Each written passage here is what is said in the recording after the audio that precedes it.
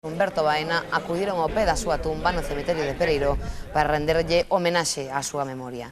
Xa pasaron 32 anos daquel 27 de setembro de 1975, aquel día dous vigueses, o propio Xosé Humberto Baena e Xosé Luis Sánchez Bravo, foron asasinados polo réxime canda García Sáenz e os vascos Chiqui e Otaegui.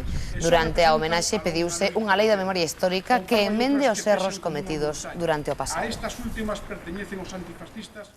Verdade e xustiza é o que seguen reclamando a maioría dos familiares daquelas persoas que foron condenadas a morte durante o franquismo. Pero un caso excepcional de loita por rexenerar a dignidade das vítimas da ditadura é o de Flor Baena, a irmá dun dos últimos fusilados polo réxime.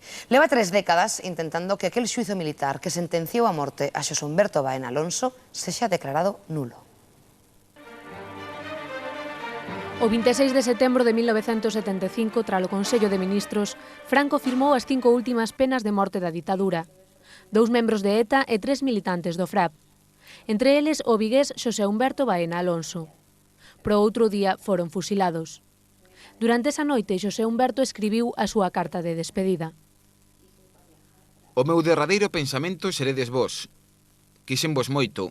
Mamá que se anime, que cuide dos nenos, dos nosos nenos. Nada máis, seguide sempre adiante. 32 anos despois, a súa irmá Flor segue adiante. Continúa a súa loita persoal contra os pactos de silencio que se foron instalando durante a democracia. Non quere indemnizacións nin cartas persoais de condolencia, só que o xuízo militar que condenou a morte a seu irmán, plagado de irregularidades, sexa declarado públicamente nulo. La primera irregularidad que hicieron ya es esa, que él nunca podía haberlo juzgado por lo militar. Algunos de los otros sí, porque fueron detenidos más tarde, pero él no. Y bueno, no dejaron presentar ninguna prueba, ni testigos presenciales. Había 2 señoras que vieran y no las dejaron declarar. Pruebas de balística tampoco no admitieron, huellas dactilares, nada, no admitieron nada. De momento xa bateu coa desestimación do Tribunal Constitucional, por ser anterior a 1978, e do Tribunal Europeo dos Dereitos Humanos, porque daquela España non estaba adherida aos convenios internacionais. En plena negociación, a Lei de Memoria Histórica tamén está sendo unha nova decepción para Flor, pois non anula os xuízos do franquismo, só os considera ilexítimos.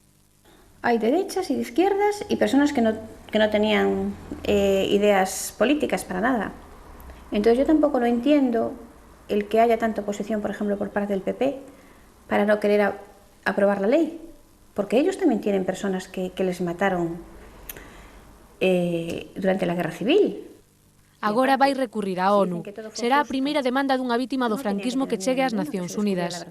Todo para lavar o nome do seu irmán, que deixe de ser un asasino e pase a ser o que realmente foi, un asasinado.